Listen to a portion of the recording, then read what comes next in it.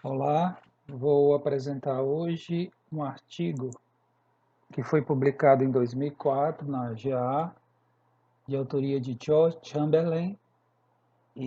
Durante muitos anos, ele foi presidente da Global Aquaculture Alliance. O título do artigo é Rações extrusadas para carcinicultura, certo? Vamos para o sumário do artigo. Nesse artigo, após a introdução, falar sobre a importância da estabilidade da ração na água, tá? Papel do amido gelatinizado, em seguida avanços na peletização de rações para camarão. O ponto 5, o ressurgimento das rações extrusadas para camarão. Após isso, vantagens das rações extrusadas para camarão. 7. Desempenho das rações extrusadas. 8. Conclusões. E 9. Considerações finais. Tá? Vamos para a introdução do artigo do Dr. George Chamberlain, da GA. As rações para camarão estão entre os alimentos mais caros encontrados na indústria da aquicultura. Isso muito por conta da necessidade de esses produtos, essas rações, apresentarem alta estabilidade na água. O camarão localiza o alimento exclusivamente utilizando-se do odor e do sabor, e não da visão. Diferentemente dos peixes, os camarões necessitam de minutos ou até horas para localizar o alimento após ele ter sido distribuído nos viveiros.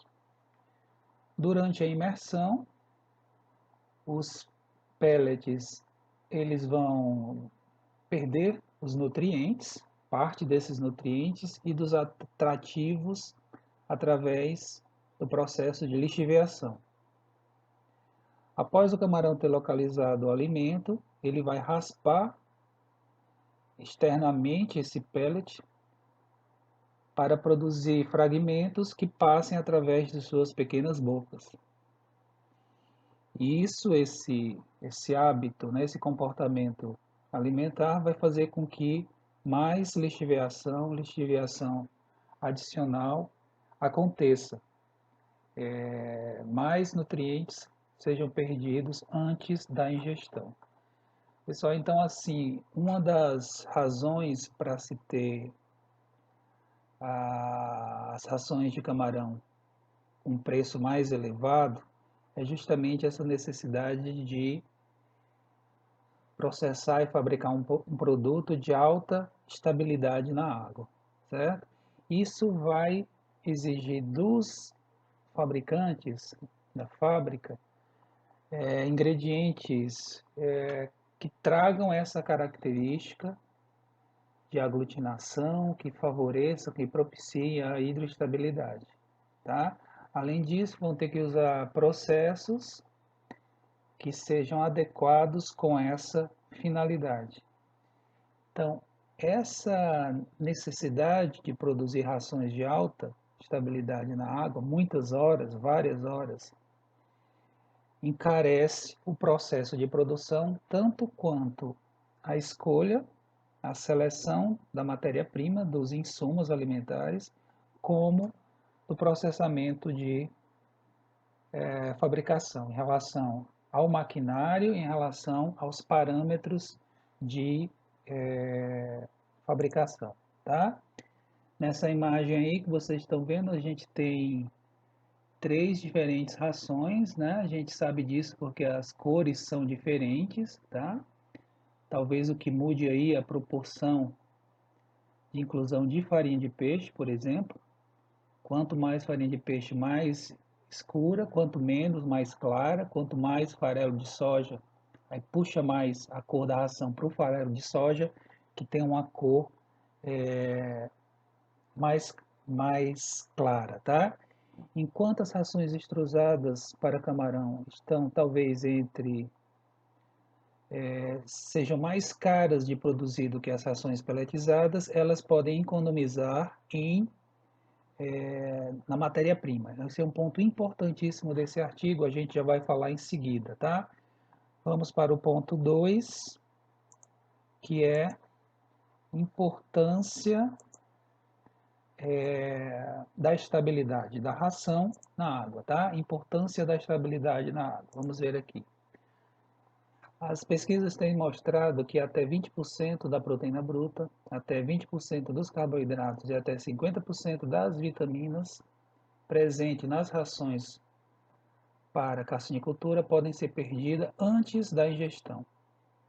Atrativos são adicionados para reduzir o tempo necessário para o camarão localizar o alimento, tá?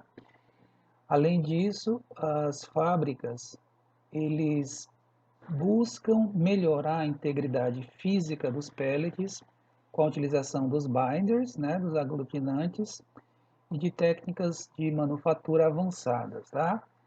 Eles utilizam tanto binders com valor nutritivo como não. São geralmente utilizados nas rações para camarão. Entre os binders nutritivos, a gente tem principalmente o amido, grãos ricos em amido, principalmente trigo e arroz. São utilizados também proteínas de origem animal e vegetal não cozidas, tais como gelatina, caseína, plasma sanguíneo e glúten de trigo. Também são binders efetivos, e entre os binders não nutritivos temos géis de hidrocoloides, como alginato, carragenana, compostos de lignina, tá? Argilas e polímeros. Então, o que a fábrica faz para aumentar a estabilidade na água? Ela usa bastante binders, tá?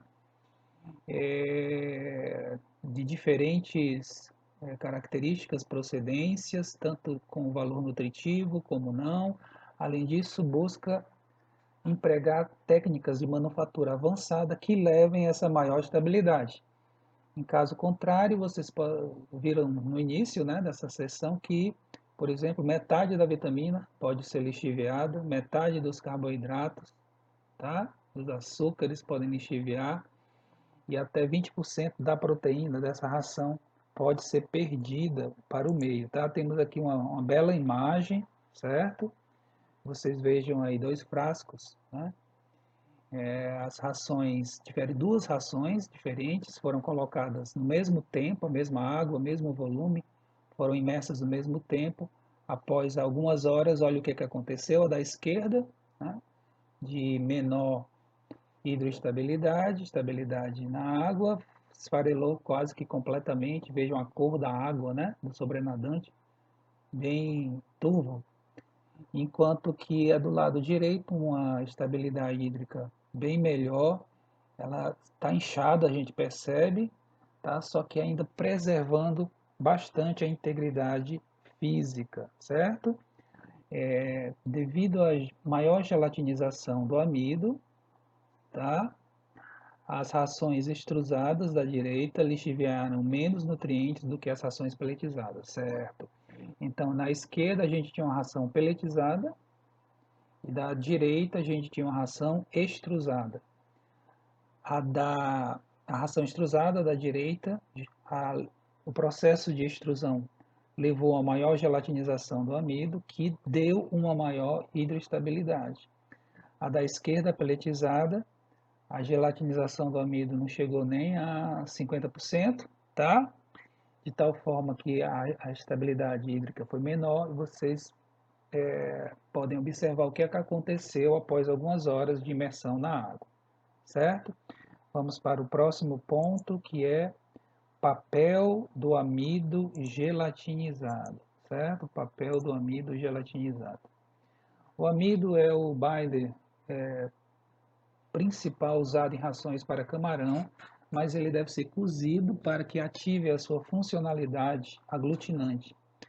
Na presença de água e calor, os grânulos de amido, eles incham, né?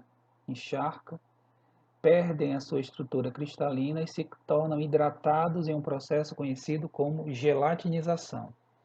Em um estudo que foi realizado em 95 no Kansas, na Universidade de Kansas, mostrou uma correlação muito forte, tá, existente entre o processo de gelatinização do amido e a estabilidade de diferentes rações para camarão. Ou seja, quanto maior a gelatinização, quanto maior o grau de gelatinização, maior a estabilidade hídrica. Isso é bastante conhecido, tá? Só que naquela época, 95, era uma grande novidade. Na presença de umidade acima de 63%, a maioria dos amidos gelatiniza completamente em temperaturas entre 55 e 85 graus Celsius. O que acontece aqui? Essa faixa de temperatura, o processo de peletização alcança 55 a 85 graus Celsius. Entretanto, não se trabalha com umidades tão elevadas, 63. Mais à frente eu vou mostrar uma tabela que apresenta as faixas típicas, os parâmetros típicos de peletização e de extrusão. Vocês vão ver que a umidade, no caso da peletização, não vai passar aí dos 20%, tá? Não vai passar dos 20%. De tal forma que, apesar de a temperatura de peletização ser considerada satisfatória, a umidade não é, de tal forma que os amidos, durante o processo de peletização, não gelatinizam completamente.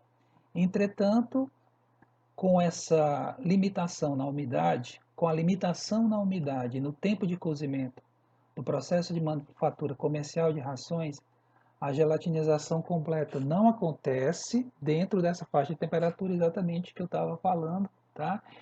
E ele incluiu ainda aqui mais um fator importante, além da umidade, que não é 63, não chega nem a 20 no processo de pelletização, tá? O tempo de cozimento, você precisaria dar um tempo de cozimento maior, tá? Só que eles não fazem isso por algumas razões, dentre elas, acaba levando a uma desnaturação excessiva da proteína e perdendo o valor nutricional, tá? Para se obter gelatinização completa do amido, são necessárias temperaturas mais elevadas, considerando a faixa de umidade típica, tá? Utilizada nas extrusoras e nas pelletizadoras. É necessário mais pressão, tá? Exatamente isso aqui, ó, mais temperatura, mais pressão e mais cisalhamento, que é uma força, o trabalho físico de rasgar ou cortar uma determinada matéria, tá? Ou seja, cisalhamento. Esses parâmetros alterados, né, aumentados, mais temperatura, mais pressão e mais força de cisalhamento, são obtidos na extrusão quando comparado com a pelletização, tá? Então, o amido é fundamental que ele esteja gelatinizado quase totalmente, se não possível for ser totalmente, para que a ração tenha muitas horas de estabilidade na água, tá? Só que para isso acontecer, há necessidade de aplicar mais umidade, mais calor e mais pressão dentro da máquina, fatores esses que não acontecem, não são observados no processo de pelletização, tá? Como vai ser dito bem claramente a seguir, o grau de pelletização do amido durante a pelletização na pelletizadora é parcial, certo? Nós vamos ver lá na tabela valores que demonstram isso, enquanto que o grau de gelatinização do amido na extrusão é quase que 100%, certo? Pode chegar até a 100%. Porque esses fatores de processamento, temperatura, pressão e a força de cisalhamento, que é a força que rasga, que corta a massa, tá? São bem maiores quando comparados à pelletização. Vamos para o ponto 4, né, que fala sobre avanços na pelletização de rações para camarão. Aí o que acontece, pessoal?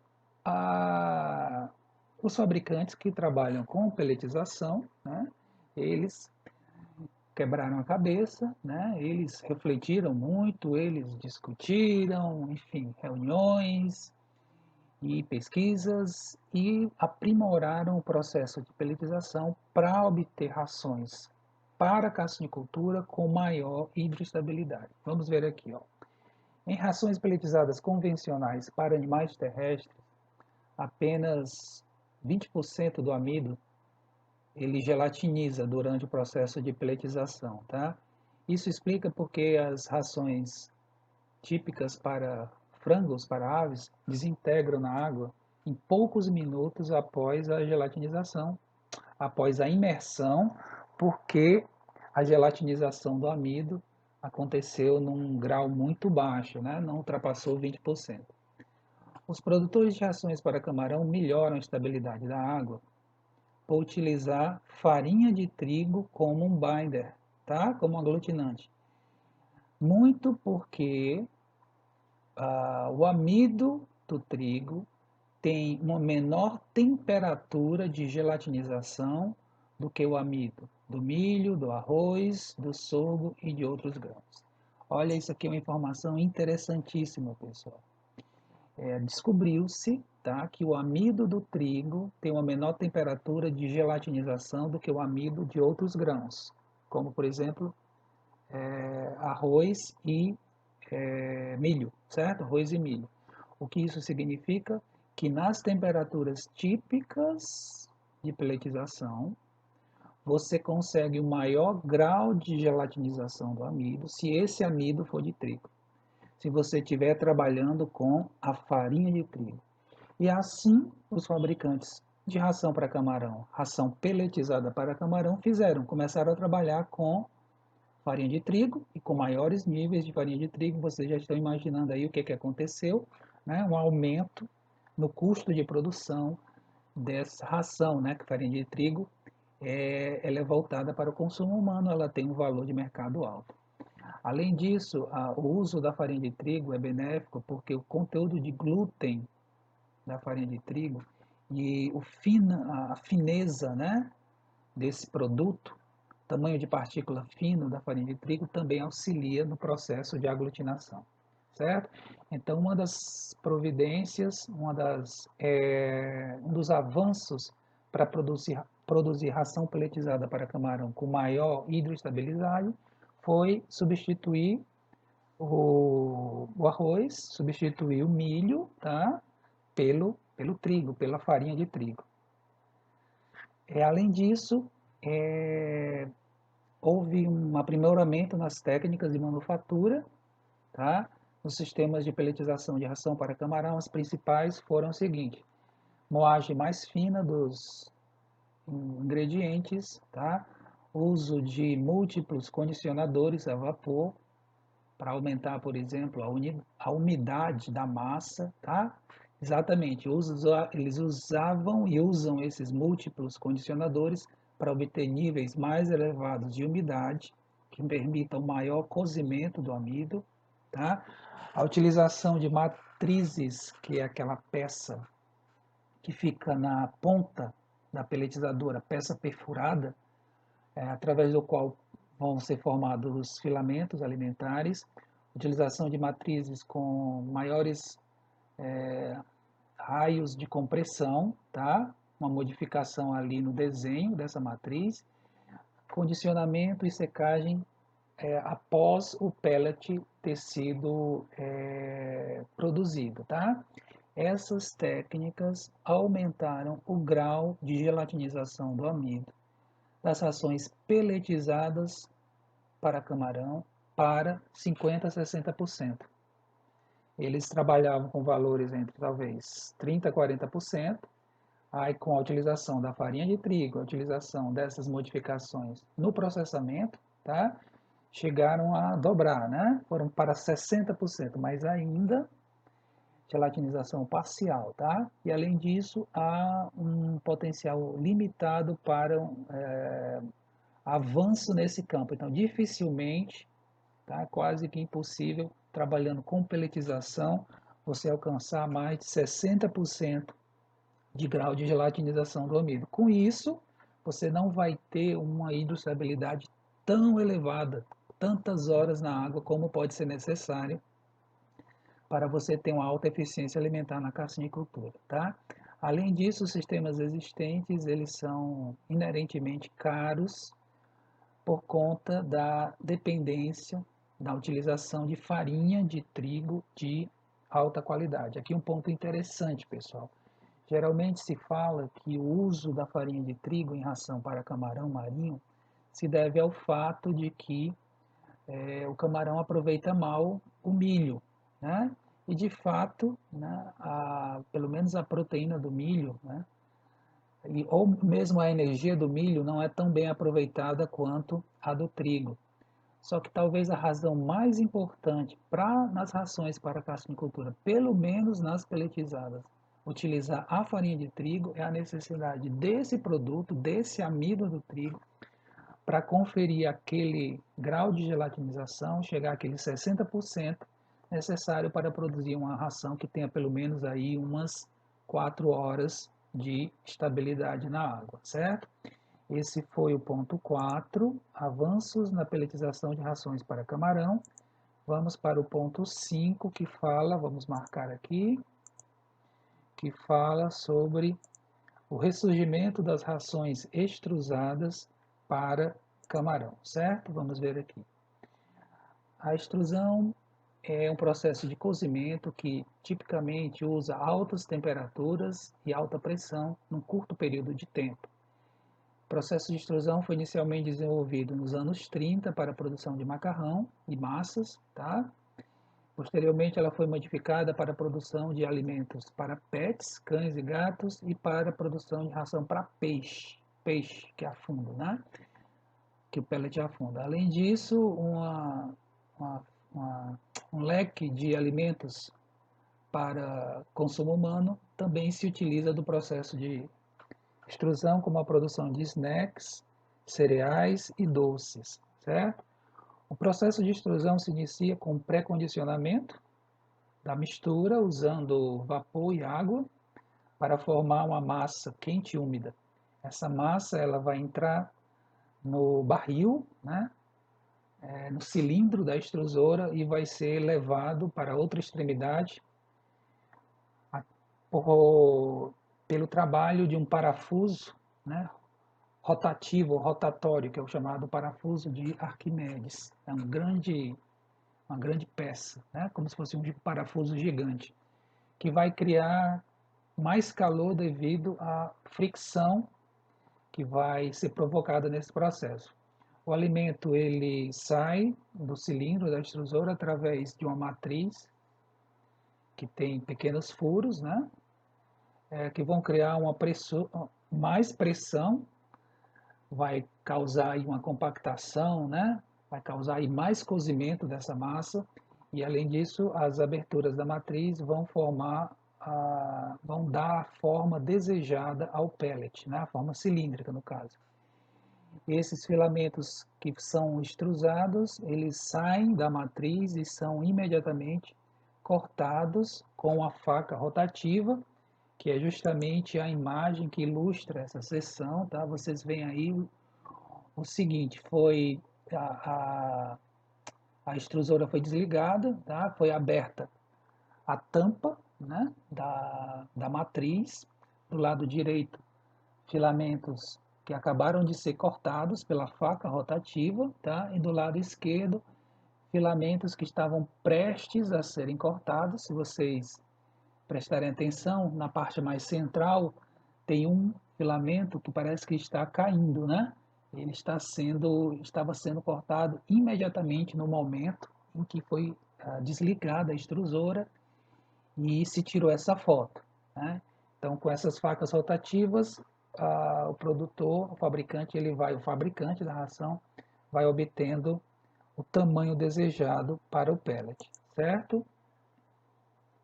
Esse processo tem flexibilidade para produzir rações uma gama diferente, ampla, de diferentes níveis de gordura, densidades, formatos e tamanhos. O processo de extrusão tem sido utilizado para manufatura de rações para camarão desde o início dos anos 70. Então, bastante tempo que se trabalha. Mas acabou causando um certo desinteresse por parte das fábricas, não foi amplamente adotado, porque existe uma tendência persistente para a expansão dos alimentos extrusados que leva a uma flutuação indesejável, né? Quando o filamento sai da matriz, ele sofre um processo de descompressão, essa descompressão ele se expande, o volume dele, ele recebe micro gotículas de ar, tá? Micro bolhas de ar que vão levar a uma expansão e uma queda na densidade. Isso faz com que ele flutue. A expansão é exacerbada com o uso de matrizes que apresentam aberturas ainda menores. Quanto menor o tamanho da abertura, maior a descompressão e maior a expansão desse material. Para minimizar, então o pessoal tinha um problema aí, né? O pessoal que trabalhava naquela época, no passado, com extrusão, produção de ração para camarão utilizando o processo da extrusão. Eles precisavam de uma ração que afundasse, o animal é bentônico, o camarão, e a ração flutuava. Para minimizar a flutuação, os produtores de ração foram forçados a limitar a inclusão dos níveis de amido, o que tendeu a aumentar os custos com o material a matéria-prima. Por quê? Menos amido, menor expansão, maior densidade. Tá? Uma das tentativas dos fabricantes de aumentar a densidade do pellet extrusado foi reduzir o nível de inclusão do amido, porque dos materiais que mais expandia era justamente o amido. Com menos amido, a expansão era menor, eles ganhavam um pouco de densidade. Só que quando tira o amido, energia não proteica, né? Mais barata, você vai ter que entrar com mais proteína, de tal forma que o custo de produção acabava aumentando. Essas dificuldades foram virtualmente eliminadas através de avanços recentes no processo na tecnologia de extrusão. Tá? Atualmente, o que se faz? Se trabalha com ajustes no desenho do parafuso de Arquimedes e na velocidade de extrusão, tá? Mudanças na configuração da matriz. Eles usam respiradores ou suspiros a vácuo no cilindro da extrusora, de tal forma que esses avanços tecnológicos, do ponto de vista da engenharia mecânica, tá? Do ponto de vista da engenharia de produção, levaram à possibilidade de, hoje é possível produzir ração extrusada para camarão, ração extrusada para camarão, com uma taxa de afundamento de 100%, ou seja, todos os pellets vão afundar, que tenham densidades equivalentes das rações pelletizadas. Então, o que acontece aqui, pessoal? Hoje em dia, a tecnologia avançou, está avançado no processo de extrusão. Tá? Existem no mercado máquinas, né, extrusoras capazes de produzir ração extrusada, que trabalhem com aqueles parâmetros de temperatura, umidade, pressão, força de cisalhamento maiores, bem maiores do que da pelletização, que levem a importantíssimo maior grau de gelatinização do amido, para ter uma maior estabilidade, uma mais longa estabilidade na água. Tudo isso, e a ração ainda é tão densa quanto a ração pelletizada. Isso hoje já é uma realidade, tá? Vamos para o ponto seguinte, que é 6. Vantagens das rações extrusadas para camarão, tá? Vantagem das rações extrusadas para camarão. Pessoal, eu estou olhando aqui, vai completar 30 minutos, né? Temos o ponto 6, temos pouca coisa, mas eu vou dar uma paradinha aqui, continuo esse artigo numa segunda parte desse videocast, tá? Até breve.